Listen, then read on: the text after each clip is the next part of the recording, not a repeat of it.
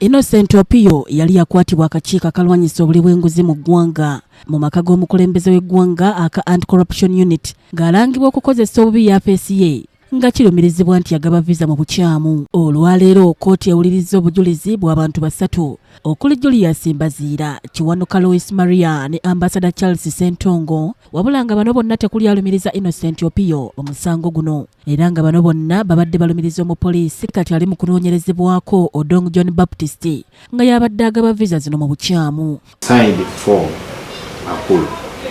Would you reject it or would you work on it? From my perspective, unless they are attached. If Apollo is not around, ono abuuziddwa oba nga waliwo ebiragiro ebigobererwa omuntu ng'afuna visa era bw'ati bw'ayanukudde. The ones within the ministry, they in accordance, they are not written down, they are in accordance or along the lines of the PAs allocating work to the supervisors or to the officers directly. Those are not written down. I have to concede. You don't have them? Yes, those are not written down. They are not written down. They are there based on the civil service reporting system.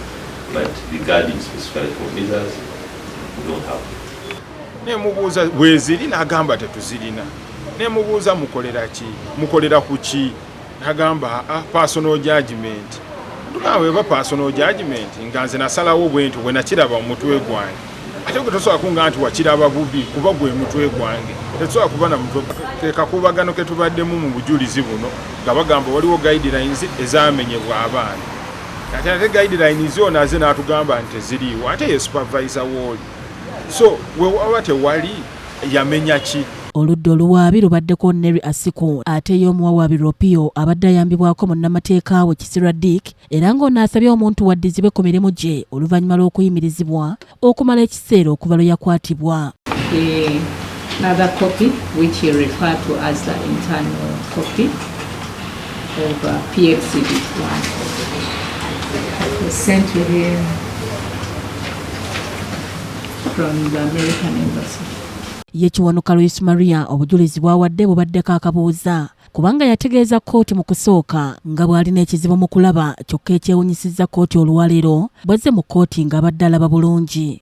Gye yakola baagituwaako kopi ne tulinda. Leero ne wazze mu kkooti tazze nazo. Naye ng'ate we tumuwadde ebiwandiiko bisoma ng'akola ki? Abisoma. Y'omulwadde w'amaaso atamanyi nti nalwala kulabira kumpi, butalaba biri kumpi oba butalaba biri wala. Kuba bwe mbadde ntudde wabaddewo distance nene neemulaga ekiwandiiko ng'akisoma.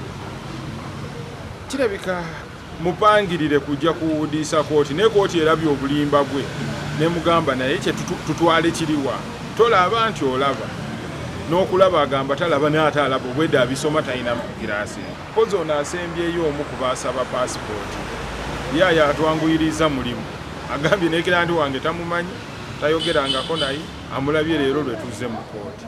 Kyokka okusinziira ku munnamateeka w'Opio Dick Kisira agamba nti musanyufu bya nsusso olwa kkooti eno okukkiriza omuntu we okuddayo ku mirimu gye. Temu n'akanyoolagano okumuzza ku mulimu interdiction yayitako ekiseera ekiragirwa mu mateeka ne finally bamugambye addeyo ku mulimu era we tuviira wano ku kkooti agenda ku mulimu kukola.